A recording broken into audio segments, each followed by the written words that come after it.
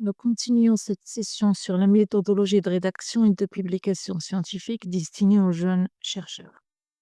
Nous avons déjà abordé la première section qui s'intéresse à la méthodologie de recherche où nous avons listé les étapes et les outils nécessaires pour une recherche bien structurée.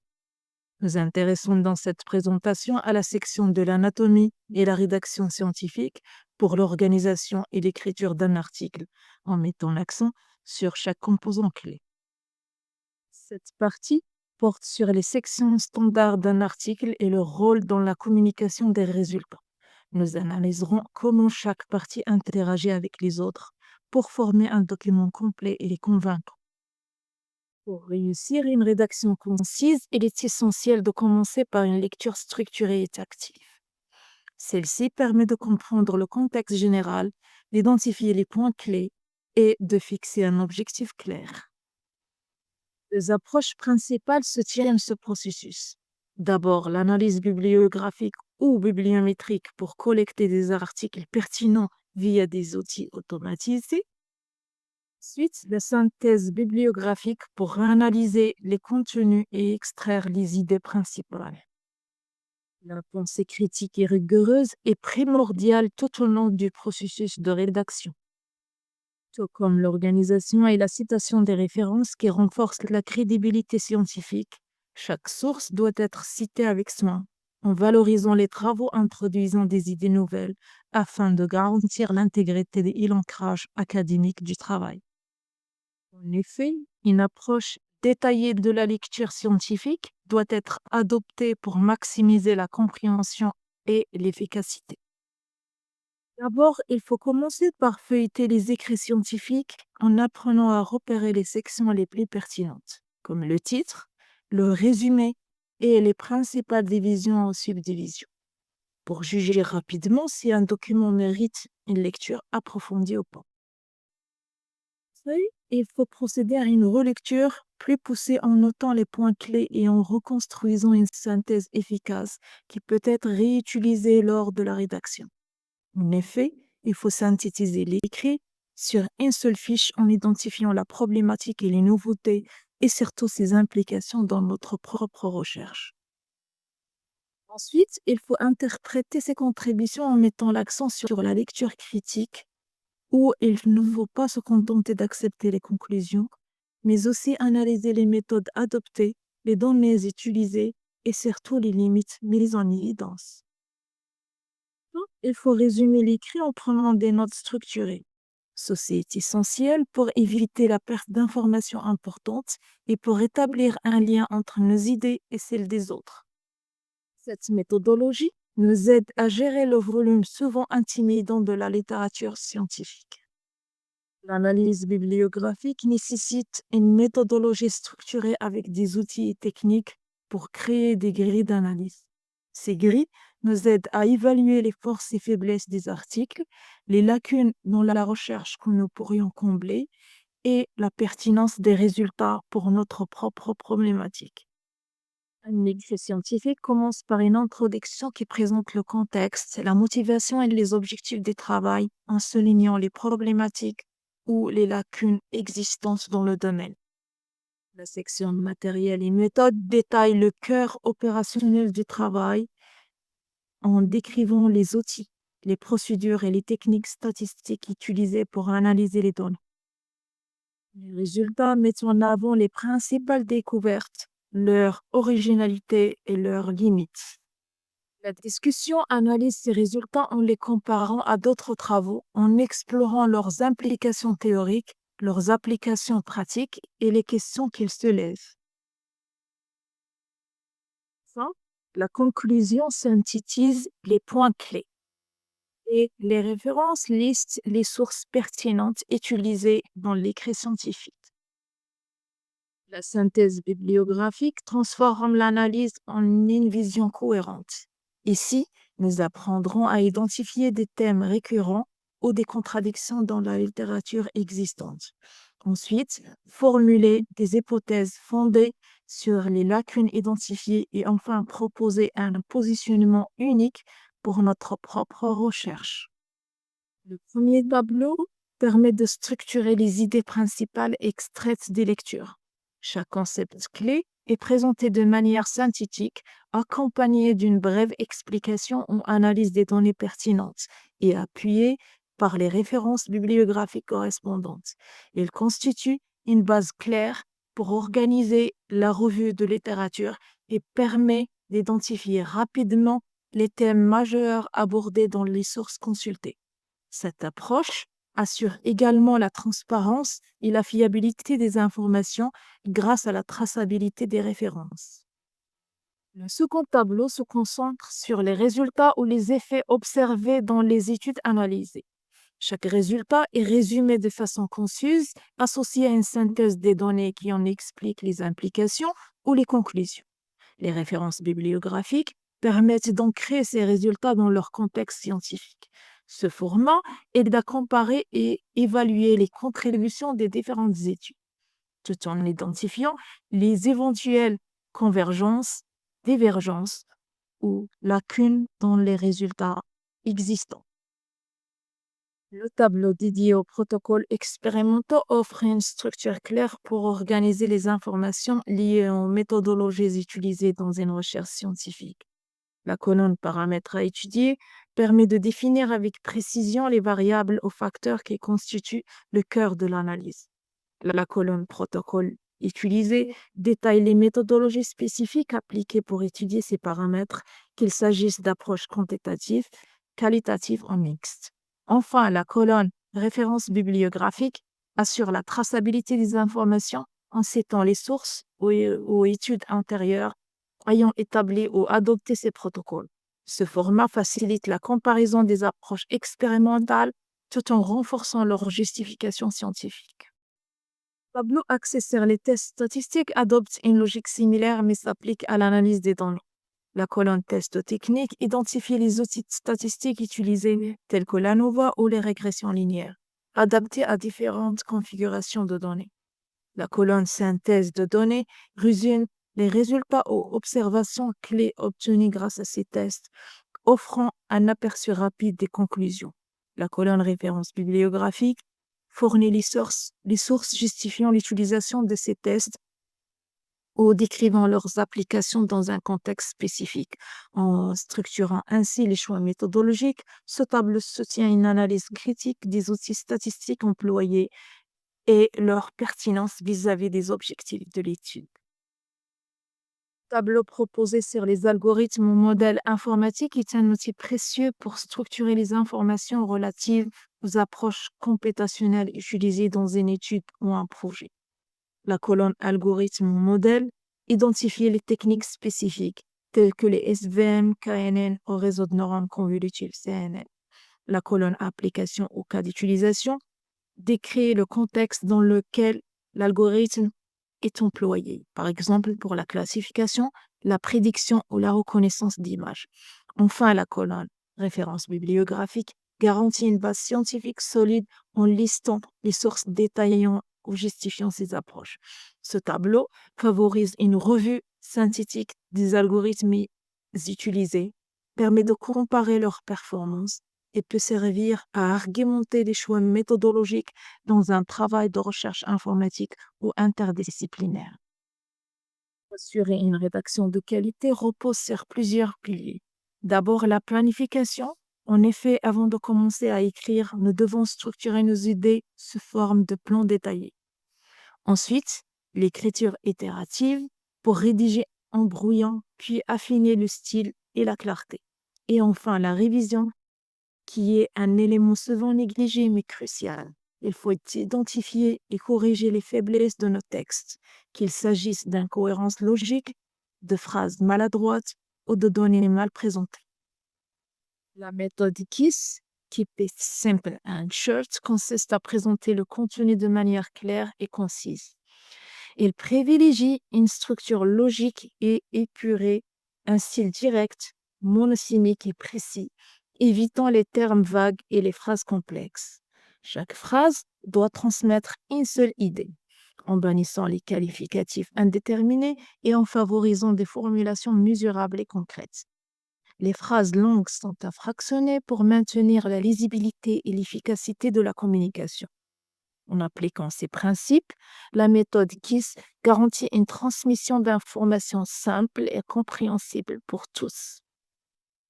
Nous identifions les types d'articles scientifiques les plus appropriés selon nos objectifs en examinant les exigences spécifiques ainsi que les attentes des éditeurs pour maximiser nos chances de publication. D'abord, l'article de recherche qui doit présenter des résultats expérimentaux nouveaux et originaux, avec une méthodologie rigoureuse et reproductible. Les éditeurs attendent une problématique clairement définie, des données bien analysées et une discussion pertinente qui souligne la contribution scientifique. Ensuite, l'article bibliométrique qui repose sur une analyse quantitative des publications scientifiques ou des tendances de recherche. Les éditeurs s'attendent à des données fiables, des indicateurs bibliométriques pertinents et une interprétation rigoureuse des résultats dans leur contexte scientifique. Puis, l'article de revue qui synthétise et analyse l'état de l'art sur un sujet spécifique. Une structure bien organisée, des références récentes et un éclairage critique sont essentiels. Les éditeurs recherchent des revues complètes qui identifient des lacunes et proposent des perspectives futures. Après, l'article de méthode qui détaille une méthodologie innovante ou améliorée, accompagnée de preuves de son efficacité. Les éditeurs privilégient des descriptions claires avec des exemples ou des validations pratiques qui démontrent l'intérêt de la méthode pour la communauté scientifique. Enfin, l'article d'étude de cas qui analyse en profondeur un problème ou une situation spécifique, souvent dans un contexte pratique. Les éditeurs recherchent une présentation détaillée, des conclusions bien étayées et une généralisation raisonnée des résultats pour inspirer d'autres travaux. Chaque type, respecter les directives de la revue, soigner la qualité de la rédaction et aligner le contenu sur la portée de la publication ciblée sont des étapes cruciales pour garantir l'acceptation. Un article scientifique peut être structuré comme une pyramide où le sommet est le titre et la base est l'article lui-même. Ainsi, un article scientifique peut être structuré en couches successives, où le titre représente le cœur, concentrant en quelques mots l'essence du contenu. Autour de ce cœur, la première couche, le résumé, synthétise l'ensemble de l'article en fournissant une vue d'ensemble des objectifs, de la méthodologie, des résultats principaux et des conclusions. La deuxième couche, l'introduction, élargit cette perspective en expliquant le contexte, la problématique et l'état de l'art, tout en formulant clairement les contributions de l'étude. Enfin, la couche finale englobe l'article complet, développant en détail la méthodologie, les résultats, les discussions et les perspectives en offrant une compréhension exhaustive et approfondie du sujet.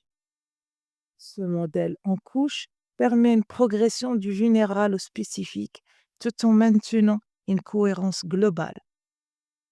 Introduisons ici la structure IMRAD, qui est la norme pour les articles scientifiques. Nous allons explorer en détail les composantes suivantes.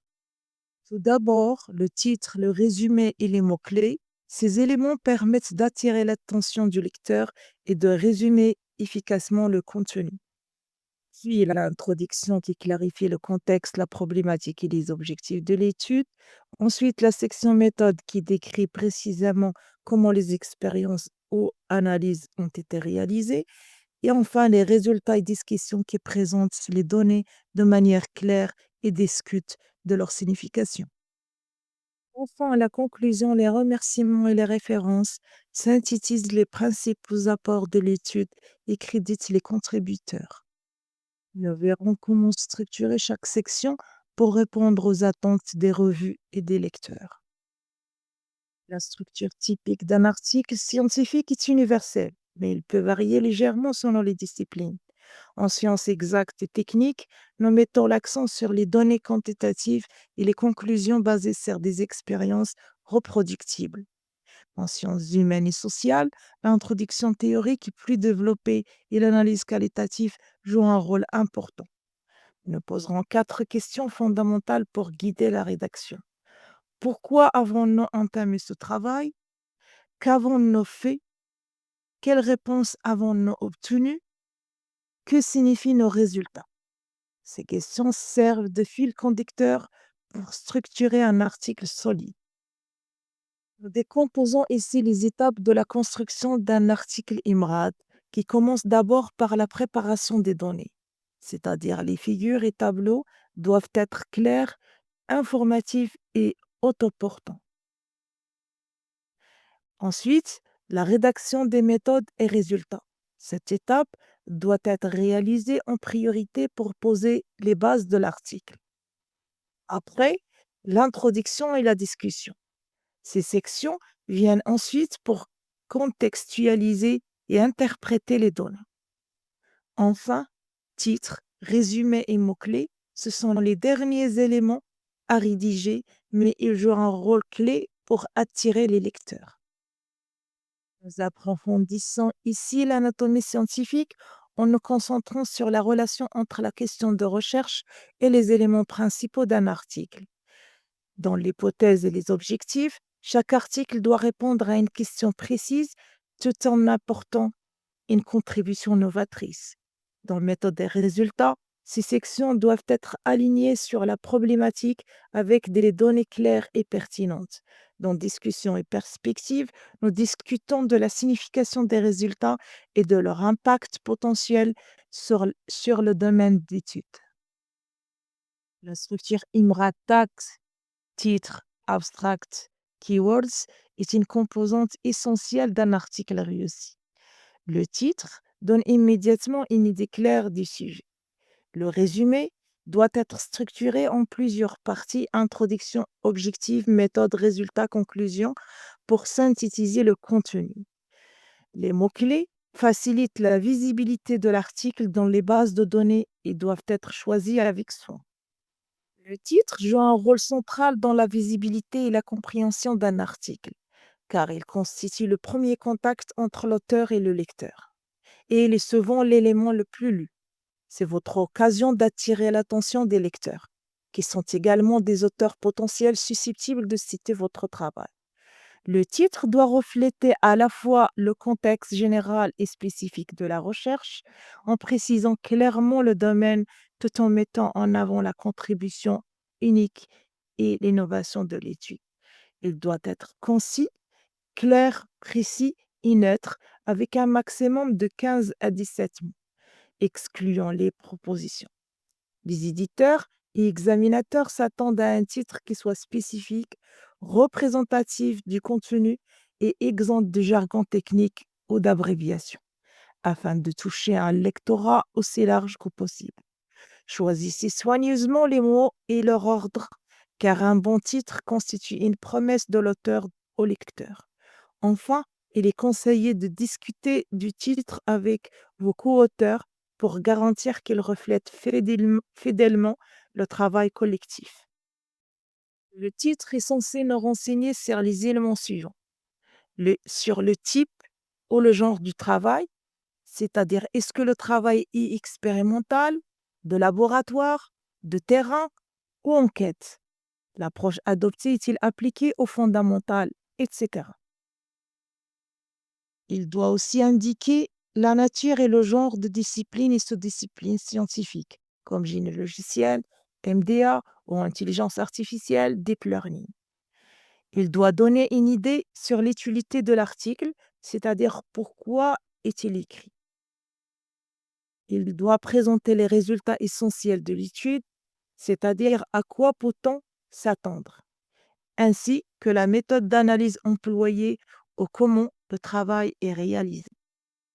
Le résumé est un condensé critique de l'article, une véritable bande-annonce destinée à rendre votre travail intéressant, attractif et compréhensible sans nécessiter une lecture complète. Un bon résumé doit être précis, clair et exempt de jargon technique ou d'abréviations rares pour être accessible à un lectorat large. Il influence fortement la décision des lecteurs et des éditeurs de considérer ou non votre travail. Limitez-vous à 150 à 200 mots sans inclure de comparaison littéraire ni d'éléments superflus. Chaque mot doit avoir un sens précis car le résumé est souvent le seul élément lu et consulté avant d'examiner l'article en détail. Sa structure suit un format clair.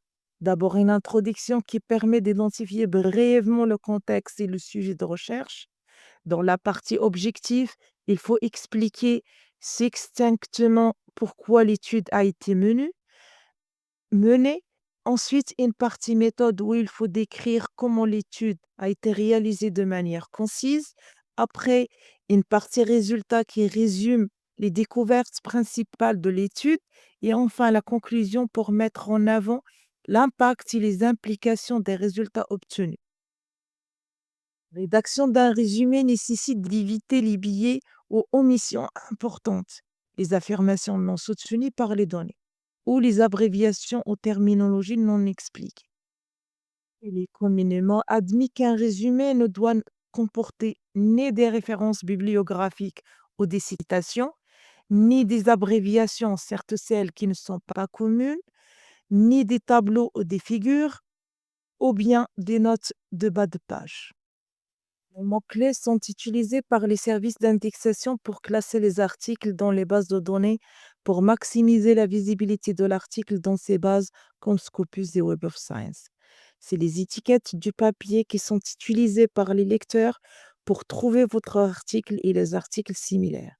Il faut donc éviter les mots trop généraux et choisir des mots simples et spécifiques qui reflètent les principaux thèmes abordés et les sujets et questions de recherche pour éviter les recherches infructueuses.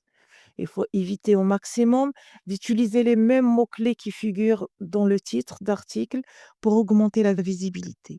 Les mots-clés constituent une mini-représentation de l'article. Nous entrons dans le corps de l'article en suivant la structure IMRAD. L'introduction doit capter l'intérêt du lecteur tout en posant clairement la problématique. Les méthodes doivent fournir suffisamment de détails pour que l'étude puisse être reproduite. Dans résultats et discussion, les données doivent être représentées clairement avec une discussion qui les contextualise. La conclusion met en lumière les apports majeurs et les pistes de recherche futures. Chaque section joue un rôle précis et nous verrons comment les articuler pour maintenir la fluidité et l'intérêt. Il faut se poser trois questions basiques dans l'introduction. D'abord, d'où partons pour décrire le cadre et le contexte du travail, une brève synthèse bibliographique de l'existant. Ensuite, où va-t-on arriver en définissant les motivations de ce travail, c'est-à-dire ce qui est inconnu. Enfin, de quoi va-t-on parler en précisant l'hypothèse à tester ou l'objectif du travail, c'est-à-dire les contributions de l'auteur. Ainsi, l'introduction présente le contexte du travail où on met en relief la définition des sujets et de son importance dans une perspective cohérente avec les attentes de la revue. Il doit préciser à quel niveau se situe le problème à traiter tout en évaluant les points faibles où les connaissances font défaut. L'introduction d'un article scientifique est essentielle pour capter l'attention du lecteur et établir le cadre de l'étude. Elle commence par situer le contexte général en présentant le domaine de recherche et en soulignant son importance scientifique ou pratique. Ensuite, il expose les travaux antérieurs en résumant les contributions majeures dans le domaine tout en identifiant leurs limites ou lacunes. Ces lacunes servent de base à la problématique, où l'on met en évidence les questions non résolues, les contradictions ou les défis auxquels le travail cherche à répondre. Elle prépare naturellement à présenter l'approche adoptée qui doit être formulée de manière concise, innovante et alignée avec les objectifs de l'étude. L'introduction réussie va au-delà d'un simple cadre théorique. Elle démontre l'importance, l'originalité et l'impact potentiel de la recherche. tout en suscitant l'intérêt et la curiosité du lecteur. En ce sens, il établit les fondations d'un article convaincant et engageant. Cette structure, allant du général au spécifique, permet de guider le lecteur tout en démontrant la pertinence et l'originalité de la recherche. Par exemple, une étude sur la sécurité dans les réseaux IoT pourrait introduire le sujet, identifier les limites des approches existantes et proposer un modèle innovant basé sur des réseaux de neurones pour améliorer la détection des anomalies. Quelques problèmes typiques peuvent être rencontrés. Manque de clarté ou de contexte général, l'introduction ne situe pas correctement le domaine de recherche, ce qui peut désorienter le lecteur. L'absence de problématiques bien définies, si les lacunes ou les contradictions dans les travaux existants ne sont pas identifiées, l'objectif de l'étude reste flou.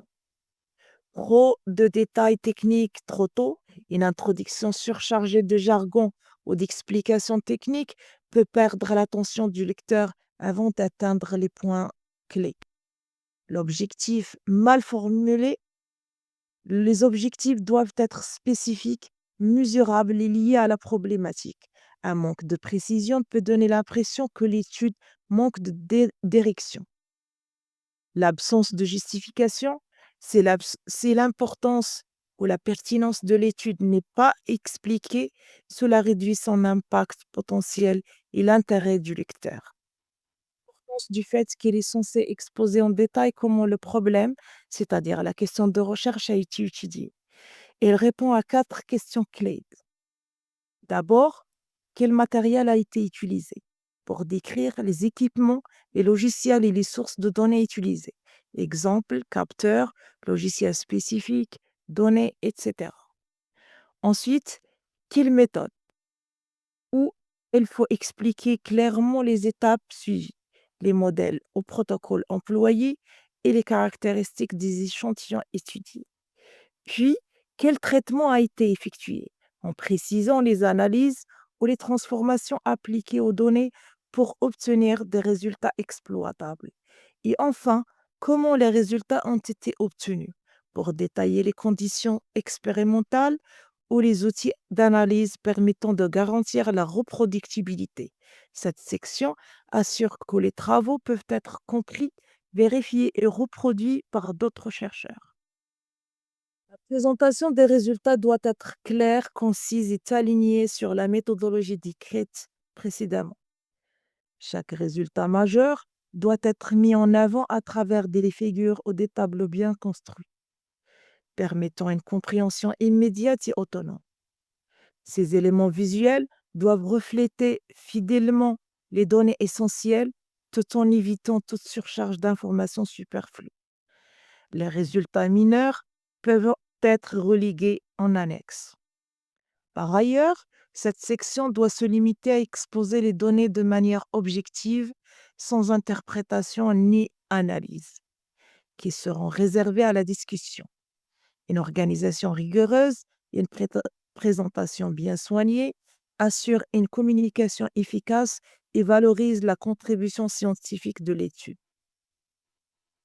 Ce faire, les figures et les tableaux doivent être accompagnés d'un titre complet et informatif. Positionnés en bas pour les figures et en haut pour les tableaux, ils doivent également inclure des unités de mesure et ou de suivi clairement indiquées, ainsi qu'une légende détaillée où tous les symboles, abréviations et éléments visuels utilisés sont définis. Ces précisions garantissent une lecture autonome et une interprétation correcte des données présentées. La section de discussion est dédiée à l'analyse et à l'interprétation des résultats obtenus. Elle va au-delà de la simple présentation des données pour en explorer la signification, les implications et leur place dans le contexte scientifique existant. La discussion commence par l'interprétation des résultats.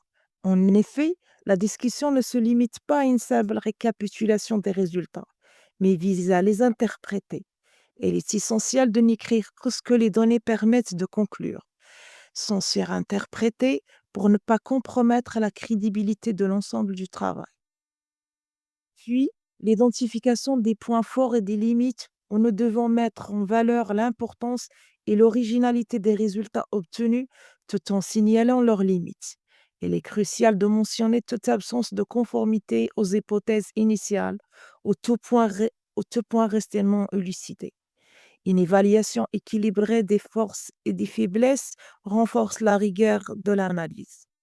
Ensuite, il faut procéder à la comparaison des travaux antérieurs, où les discussions doivent situer les résultats par rapport aux travaux publiés dans la littérature spécialisée. Cela inclut l'identification des concordances ou des divergences avec les recherches antérieures, afin de mieux contextualiser les contributions de l'étude. Après, procéder à la discussion des applications dans le domaine d'études. Ainsi, les relations entre les résultats et leur pertinence pour le domaine de recherche doivent être explorées. Cette partie renseigne sur les applications potentielles des découvertes tout en soulevant de nouvelles questions ou hypothèses qui pourraient guider des recherches futures. Enfin, la discussion s'achève par une conclusion qui récapitule les apports principaux de l'étude et propose des perspectives de recherche. Ces pistes orientent le lecteur vers des problématiques ou des questions qui méritent d'être approfondies. Point le quart, Conclusion Acknowledgement References, représente les sélections d'un article scientifique où l'auteur résume les conclusions de l'étude, remercie ceux qui l'ont soutenu et cite les références utilisées dans la recherche. La conclusion est une section cruciale de l'article car elle laisse une impression durable sur les lecteurs. Son objectif principal est de synthétiser les informations clés de l'étude et de répondre clairement à la question de recherche posée dans l'introduction. Conclusion doit être rédigée de manière concise, sans introduire de nouvelles données ni de discussions supplémentaires. Il doit résumer les principaux résultats et expliquer en quoi ils répondent à l'objectif initial de l'étude. Il doit souligner la cohérence avec la question de recherche. Chaque élément de la conclusion doit être en accord avec la problématique soulevée. Il doit démontrer que les résultats obtenus apportent une réponse claire et valide à cette question. La conclusion doit souligner l'importance et l'originalité des résultats en mettant en avant leur contribution à l'avancement des connaissances scientifiques. Elle doit indiquer en quoi cette étude se distingue des travaux antérieurs ou enrichit la littérature existante. Une bonne conclusion ne se limite pas à clore le sujet. Elle ouvre aussi de nouvelles pistes de réflexion, en énonçant d'autres hypothèses ou en suggérant des applications potentielles.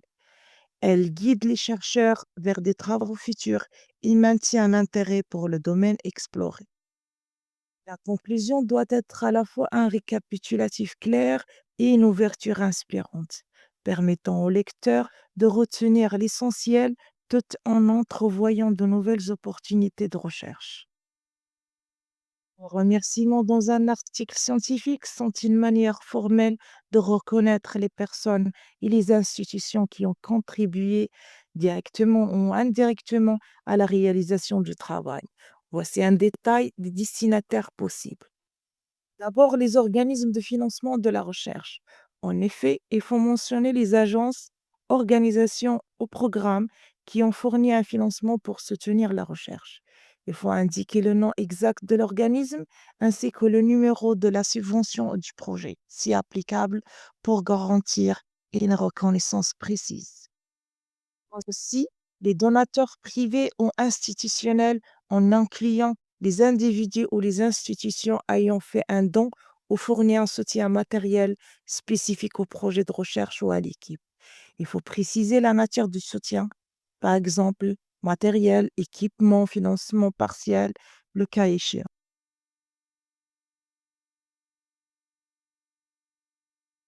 Puis, les chercheurs ayant révisé ou contribué au papier.